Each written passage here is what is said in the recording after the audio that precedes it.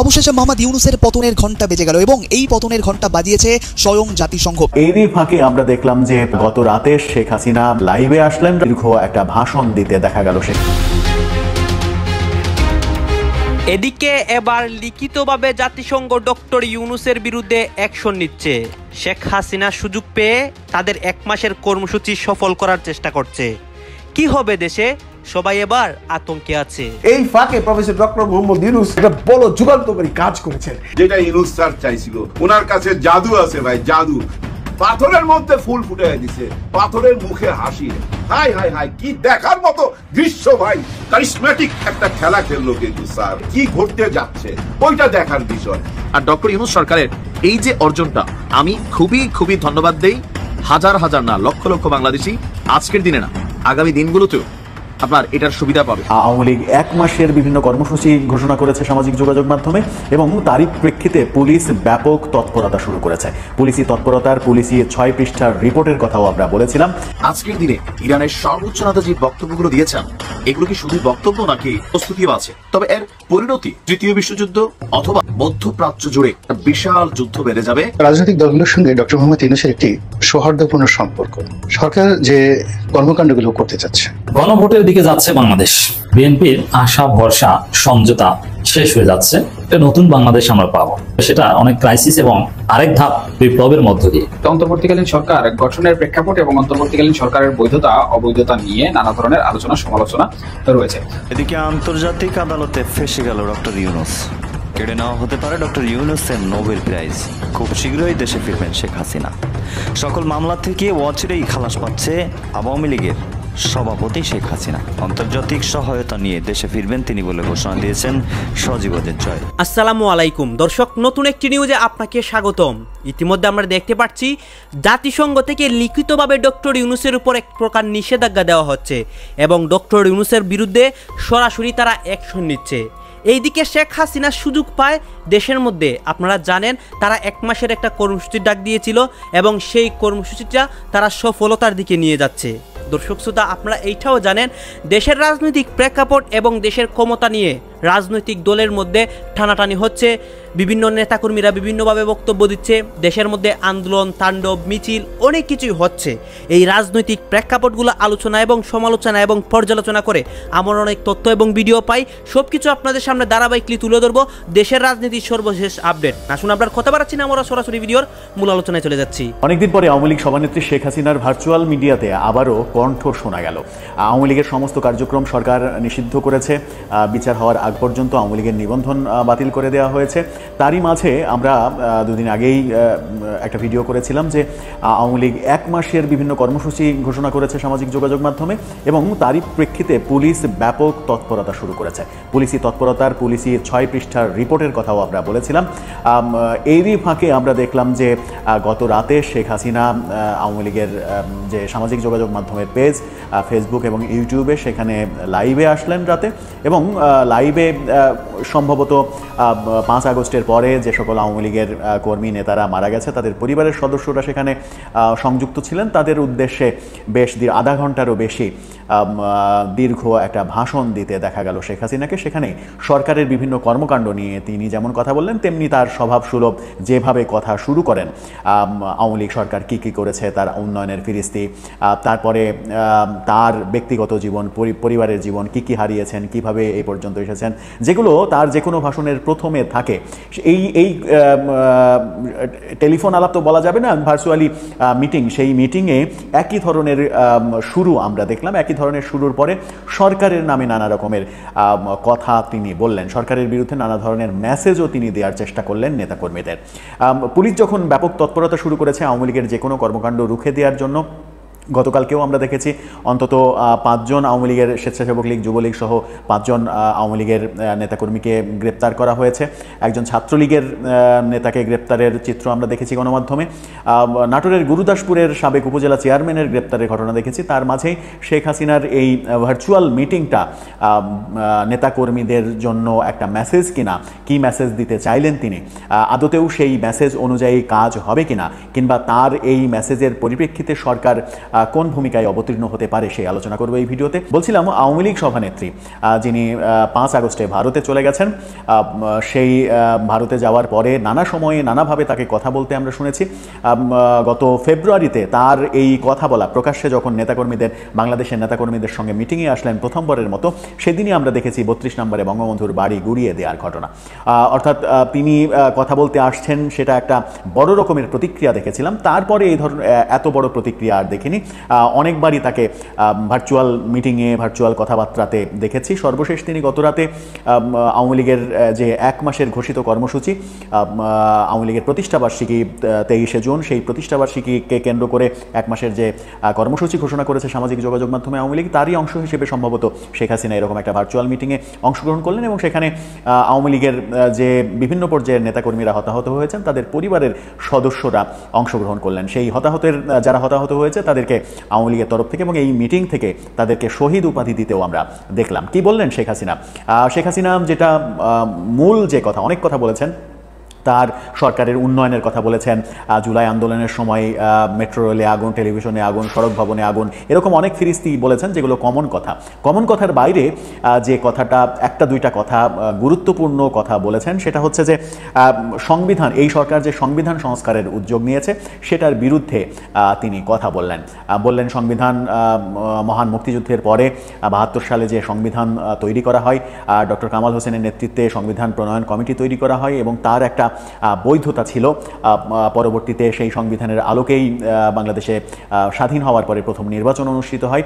এই ইতিহাসগুলো তিনি বললেন যে এই সংবিধান, যেটা মুক্তিযুদ্ধের মাধ্যমে অর্জিত যে সংবিধান, সেই সংবিধান পরিবর্তন, সেই সংবিধান ছুঁড়ে ফেলে দেওয়ার পায়তারা করছে প্রফেসর ইউনূসের সরকার, এমনটা তিনি বলার চেষ্টা করলেন। এবং তিনি এটাও বলার চেষ্টা করলেন যে সংবিধানে হাত দেওয়ার প্রফেসর ইউনূসকে, তিনি তো নির্বাচিত কেউ না, নির্বাচিত প্রতিনিধি না, নির্বাচিত সংসদ নেই, সেহেতু সংবিধানে হাত দেওয়ার কোনো এখতিয়ার তাদের নেই।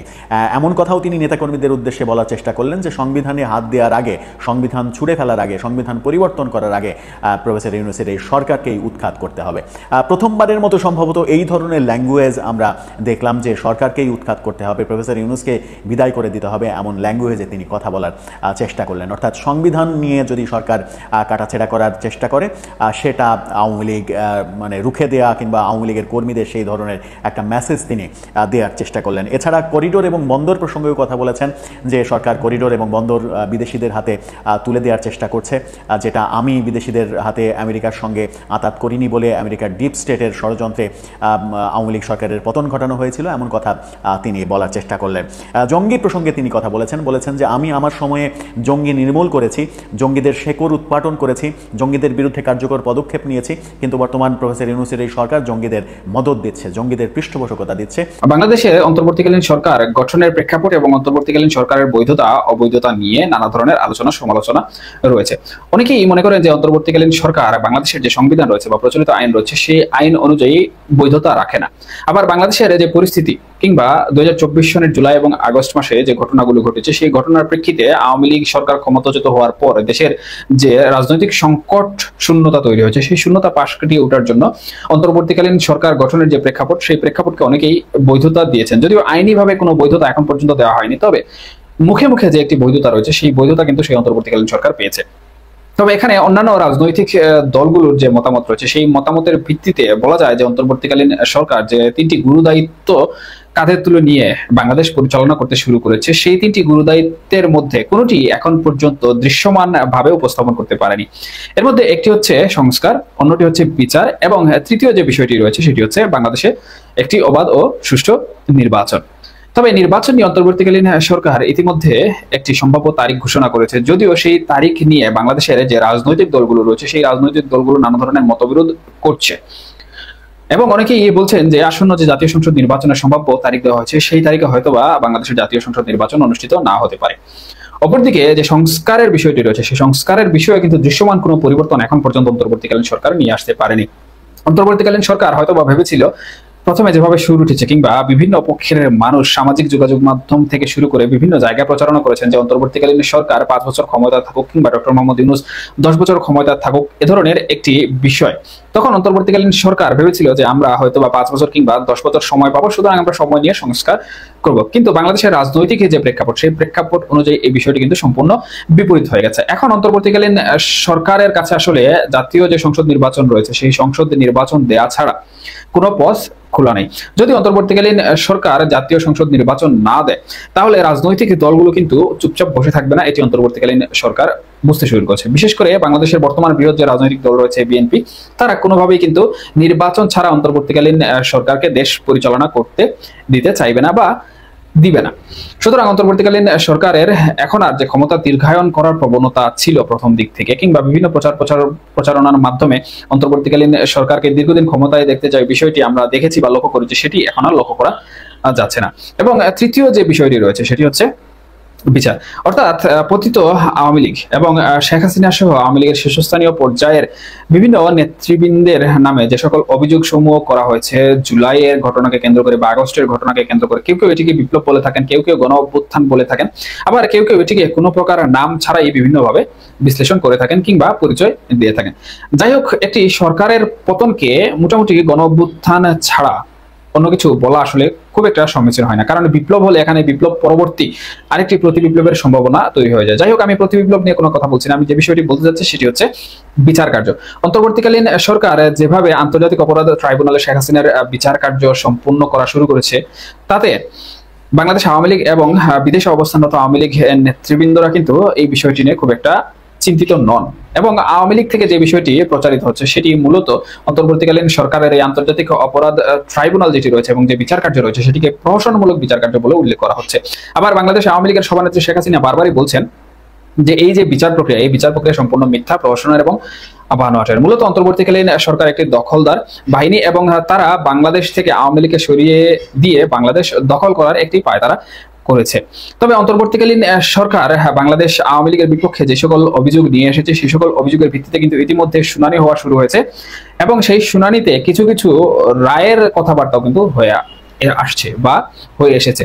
ইতিমধ্যে অন্তর্বর্তীকালীন সরকারের যে বিচারিক প্রক্রিয়া রয়েছে সেই বিচারিক প্রক্রিয়া থেকে শেখ হাসিনা সহ আসাদুজ্জামান খান কামাল, যিনি সাবেক স্বরাষ্ট্রমন্ত্রী ছিলেন বাংলাদেশের, তাদের বিরুদ্ধে গ্রেফতারি পরোয়ানা জারি হয়েছে এবং তাদের সম্পর্কিত যে রায় রয়েছে সেই রায়ও কিন্তু অতি দ্রুত চলে আসবে বলেও আইনজীবী পরিষদ যারা রয়েছেন এই কার্যক্রম সংশ্লিষ্ট তারা মনে করছেন। এবং শেখ হাসিনা সহ যারাই জড়িত রয়েছেন বা যারাই অভিযুক্ত রয়েছেন তাদেরকে বারবার আদালতে তলব করা হচ্ছে এবং তলব করার একটি প্রক্রিয়া কিন্তু জাতীয় দৈনিক যে পত্রিকা রয়েছে সেই পত্রিকাগুলোতে গণবিজ্ঞপ্তি দেওয়া হয়েছে এবং গণবিজ্ঞপ্তি দেওয়ার পর যদি কোনো আসামি বা যাদের নামে অভিযোগ রয়েছে তারা যদি আদালতে উপস্থিত না হয় তাহলে আদালত তাদের অনুপস্থিতিতেই বিচার কার্য শুরু করতে পারে এবং রায়ও দিতে পারে, এমনটি কিন্তু বিভিন্নভাবে আইনি যে প্রক্রিয়া রয়েছে সেই প্রক্রিয়ায় উল্লিখিত আছে। সুতরাং এখানে মনে করছেন বা মনে করা হচ্ছে যে আন্তর্জাতিক অপরাধ যে ট্রাইব্যুনাল রয়েছে সেই ট্রাইব্যুনাল থেকে হয়তোবা অতি দ্রুত শেখ হাসিনা সহ বাংলাদেশ আওয়ামী লীগের যারা জড়িত রয়েছেন জুলাই এবং আগস্টের বিভিন্ন কর্মকাণ্ডের সাথে অভিযুক্ত তাদের নিয়ে যে রায় দেয়া প্রয়োজন সেই রায় হয়তোবা অন্তর্বর্তীকালীন সরকার দিয়ে দিবে।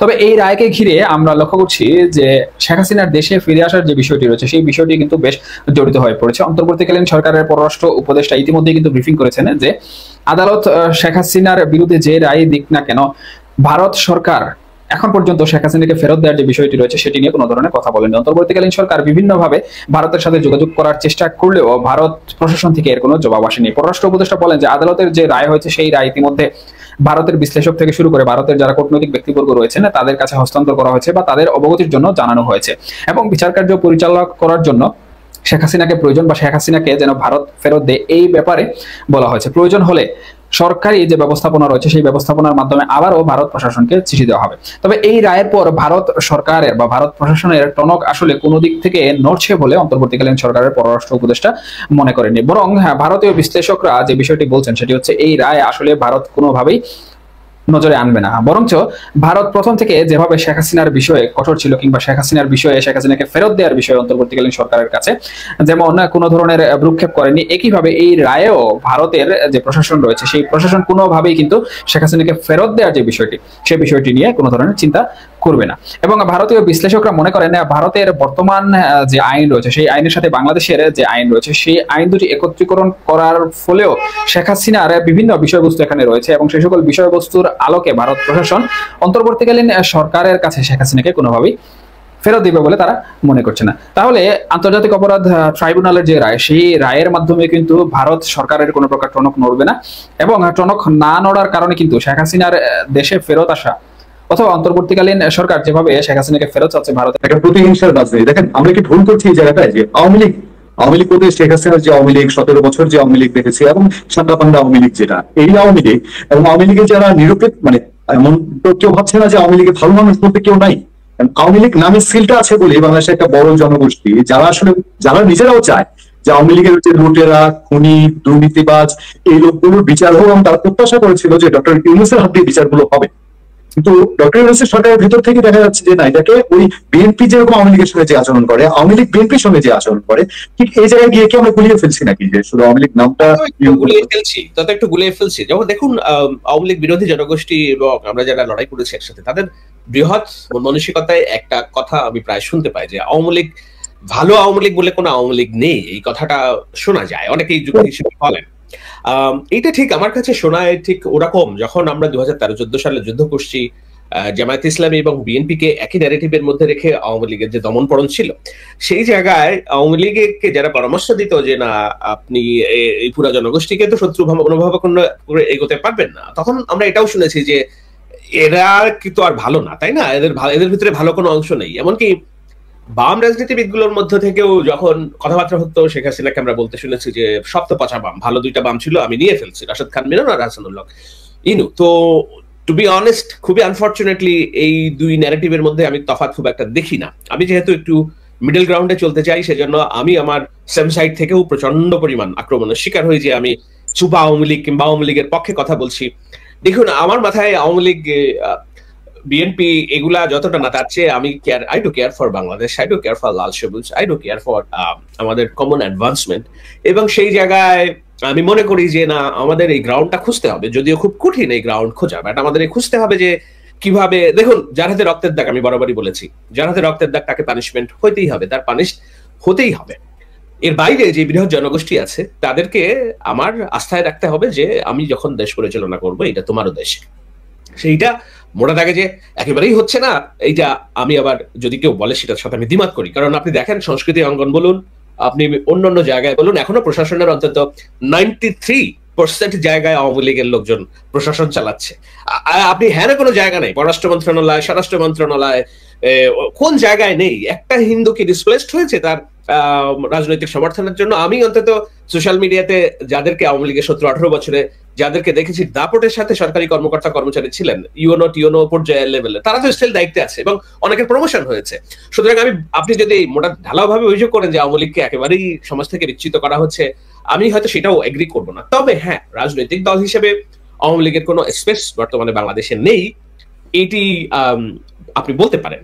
এবং কোন আওয়ামী লীগের স্পেস নেই? যেই আওয়ামী লীগ যারা জুলাই অভ্যুত্থানকে অস্বীকার করে, ঠিক জামায়াত ইসলামী ঠিক যেভাবে 71-কে অস্বীকার করে, তারা মনে করে জুলাইয়ের এই ছাত্র হত্যাকাণ্ড হয়েছে মেট্রিকুলাস ডিজাইন প্ল্যানিং এর অংশ এবং এখানে সব মিথ্যার ফুলঝুরি। কিন্তু আমরা তো জানি যে এই অভ্যুত্থানটার জন্য আমরা 17-18 বছর কিভাবে অপেক্ষা করেছি, মনে মনে অপেক্ষা করেছি।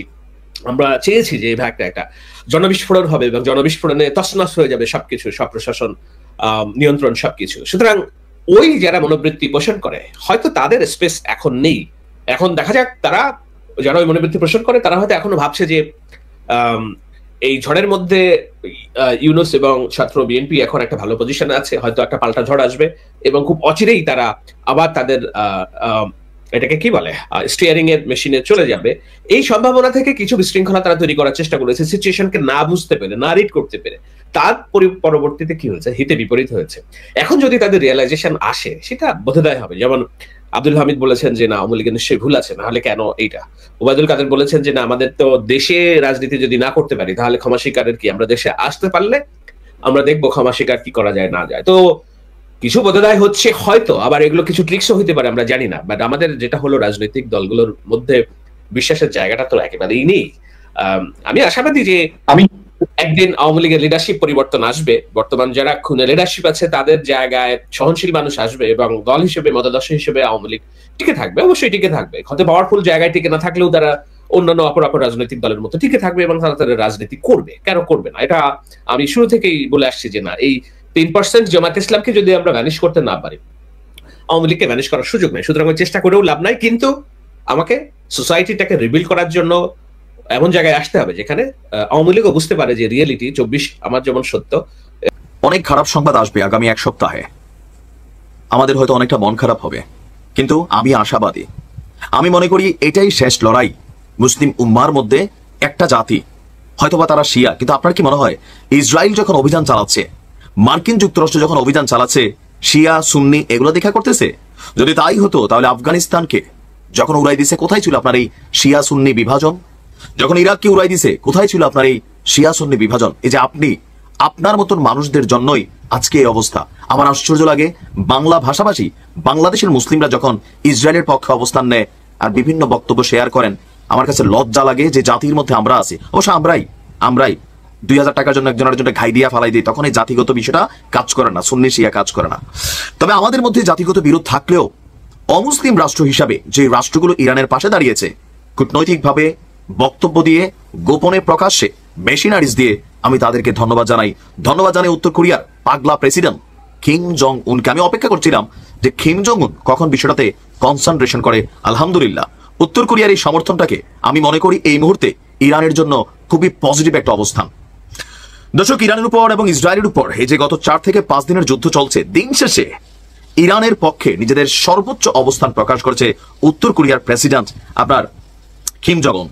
কিম জং উন বলছে, ইরানের উপর ইসরায়েলের এই আগ্রাসী হামলা মানবতার বিরুদ্ধে অপরাধ, সার্বভৌমত্বের বিরুদ্ধে অপরাধ, এবং এই ধরনের আচরণ কোনোভাবেই গ্রহণযোগ্য না। গতকালকে আপনার উত্তর কোরিয়ার রাষ্ট্রীয় সংবাদ সংস্থা KCCN প্রকাশিত এক বিবৃতিতে কিম জং উনের যে বক্তব্য আসছে, সেখানে বলা হয়েছে যে উত্তর কোরিয়া ইসরায়েলের সামরিক হামলার কারণে গভীর উদ্বেগ প্রকাশ করছে এবং তা দৃঢ়ভাবে নিন্দা জানাচ্ছে। ইসরায়েল যে ইরানে বেসামরিক জনগণকে হত্যা করছে, সেটি মানবতার বিরুদ্ধে অপরাধ। রাষ্ট্রপক্ষীয় জঙ্গি হামলার এই অবৈধ কর্মকাণ্ড মধ্যপ্রাচ্যে নতুন এক সর্বাত্মক যুদ্ধের পরিস্থিতি তৈরি করছে। বিশ্ব যে আজ গুরুতর পরিস্থিতির মধ্য দিয়ে যাচ্ছে, তাই স্পষ্ট করে যে মার্কিন যুক্তরাষ্ট্র এবং পশ্চিমা শক্তিগুলো তাদের পৃষ্ঠপোষকতায় ইসরায়েল মধ্যপ্রাচ্যের জন্য ক্যান্সারের মতো এক সত্তা এবং বৈশ্বিক শান্তি ও নিরাপত্তার প্রধান হুমকি। ইরানের সর্বোচ্চ শীর্ষ সামরিক কর্মকর্তা, পারমাণবিক বিজ্ঞানী সহ যে সাধারণ মানুষদের উপর ইসরায়েল আপনার অভিযান চালিয়েছে, তা কোনোভাবেই গ্রহণযোগ্য না। এমনকি ইরানের পাল্টা অভিযান নিয়ে কিম জং উন বলছেন যে ইসরায়েলের উপর প্রতিশোধমূলক হামলা চালানোর যথেষ্ট যৌক্তিক কারণ আছে ইরানের, কারণ ইরান তার প্রতিরক্ষার জন্য, আত্মরক্ষার জন্য যে কোনো পদক্ষেপ নিতে পারে, আর এতে উত্তর কোরিয়ার সর্বাত্মক সমর্থন রয়েছে। ভাই, এতটুকু কথাই আমার জন্য এনাফ। এতটুকু কথায় কয়েকটা মিসাইল দেওয়ার মতন। আজকে দেখেন উত্তর কোরিয়ারে সারা পৃথিবী ঘাটে না। কেন ঘাটে না? এত পরিমাণ পারমাণবিক ইকুইপমেন্ট তারা রিজার্ভ করছে, যে কোনো জায়গায় যে কোনো অ্যাকশন তারা নিতে পারে। আর এই কারণে উত্তর কোরিয়ার সবাই সমীহ করে। ইরানও ঠিক সেই পথেই হাঁটছিল। কাতার নিন্দা জানানোর মধ্যে সীমাবদ্ধ। সৌদি মধ্যস্থতা করতে চাচ্ছে। আরে কিসের মধ্যস্থতা? তোমরাই তো গোপনে চিঠি পাঠাইছিলা ইরানের কাছে যে ভাই দেখেন, ঝামেলার দরকার নাই, পরমাণুটার একটু ফাঁকে প্রফেসর ডক্টর মোহাম্মদ ইউনূস একটা বড় যুগান্তকারী কাজ করেছেন, যেটা তেমনভাবে ফলাও হয়নি বা খুব একটা ভাইরাল হয়েছে তেমনটিও দেখিনি। খবরটা হলো প্রফেসর ডক্টর মোহাম্মদ ইউনূস একটা আইন পাশ করতে যাচ্ছেন। সেটা হলো যে বিগত আওয়ামী লীগের আমলে যে 3টি ইলেকশন হয়েছে, কেউ বলে রাতের ইলেকশন, কেউ বলে ভোট বাক্স পুড়ে দিয়ে সেই ইলেকশন, মোট কথা যে 3টি ইলেকশন হয়েছে, সেই 3টি ইলেকশনের ইলেকশন কমিশনার এবং প্রধান ইলেকশন কমিশনারকে জবাবদিহিতার জন্য ডাকা হয়েছে। তার মানে এরা এতদিন ধরা ছোঁয়ার বাইরে ছিল, এদের নিয়ে কেউ কোনো কথা বলছিল না, অনেকে দাবি তুলেছিল কিন্তু কেউই সেই দাবির ব্যাপারে সরকারও কোনো কথা বলেনি, সরকারও এটা নিয়ে কোনো বড় ধরনের আলোচনায় যায়নি। ঠিক সময় মতো প্রফেসর ডক্টর মোহাম্মদ ইউনূস সেই কাজটি করে ফেলেছেন। আপনারা অনেকে হয়তো শুনেছেন যে উনি নতুন যে আইন করতে যাচ্ছেন তাতে করে এই যে বিগত যে আমাদের কমিশনার বা প্রধান কমিশনার ছিলেন তাদেরকে ডাকা হবে, তাদেরকে জবাবদিহিতা চাওয়া হবে, মোট কথা তাদেরকে আইনের আওতায় আনা হবে। এখন প্রশ্ন আসছে, প্রফেসর ডক্টর মোহাম্মদ ইউনূস কি শুধুমাত্র এই বিগত যে কমিশনার ছিল তাদের বিচার করবার জন্যই এই আইনটি পাশ করতে যাচ্ছেন? না, এখানে একটা বড় রিজন হলো সামনে যে নির্বাচন আসছে, নতুন যে নির্বাচন কমিশনার আসছেন বা যিনি আছেন, ওনারা যেন কোনো অবস্থাতেই কোনো অনৈতিক কাজ করতে না পারে, ওনারা যেন কোনো দলকে সাপোর্ট করতে না পারে এবং ওনারা যেন নির্বাচনে কোনো কারচুপি করতে না পারে। যদি ওনারাও এর মধ্যে কোনোভাবে জড়িত থাকে, প্রমাণিত হয়, তাহলে তাদেরকেও বিচারের কাঠগড়ায় দাঁড়াতে হবে। যদিও এটা নিয়ে নির্বাচন কমিশন থেকে আপত্তি উঠেছে, কিন্তু প্রফেসর ডক্টর মোহাম্মদ ইউনূস কোনো আপত্তি মানতে রাজি নয়। আপনারা একটু খেয়াল করে দেখবেন, যদি বিগত যে কমিশনার আছে তাদের ব্যাপারে যদি বিচারের কার্যক্রম শুরু হয়। দর্শক আপনারা তো দেখলেন এখানে কি কথা হচ্ছে, অনেকে কিন্তু অনেক কথা বলতেছে, অনেকে আলোচনা করতেছে, অনেকে সমালোচনা করতেছে দেশের বিভিন্ন অবস্থা এবং দেশের বিভিন্ন পরিস্থিতি নিয়ে সবাই সবার মন্তব্য প্রকাশ করতেছে এবং তাদের মন্তব্যগুলো দেখে আমরা অনেক কিছু বুঝতে পারতেছি যে দেশের মধ্যে বর্তমানে কি হচ্ছে এবং দেশের পরিস্থিতিটি কোন দিকে যাচ্ছে। দর্শক শ্রোতা, এখানে কিন্তু বিশেষ করে ডক্টর ইউনূসের বিষয়ে কথা হয় এবং দেশের রাজনৈতিক প্রেক্ষাপট নিয়ে কথা হয়, দেশের বিষয়গুলো নিয়ে আলোচনা সমালোচনা হয়। এই বিষয়গুলোর সাথে আপনারা একমত পোষণ করেন নাকি দ্বিমত পোষণ করেন, এটা আপনারা অবশ্যই কমেন্ট বক্সে লিখে যাবেন। আর তখন আপনাদেরকে আমরা যা কিছু দেখিয়েছি সব কিছু আমরা সোশ্যাল মিডিয়া থেকে সংগ্রহ করেছি, এখানে আমাদের নিজস্ব কোনো মন্তব্য নেই বা নিজস্ব কোনো সিদ্ধান্ত নেই। সর্বশেষ আপনাদের কাছে আমাদেরকে রিকোয়েস্ট থাকবে, আপনারা আমাদের চ্যানেলে নতুন দর্শক দেখলে চ্যানেলটি সাবস্ক্রাইব করবেন এবং পাশে থাকা বেল বাটনটি বাজাবেন যাতে করে নেক্সট ভিডিওটা সবার আগে আপনাদের কাছে পৌঁছায়। ধন্যবাদ।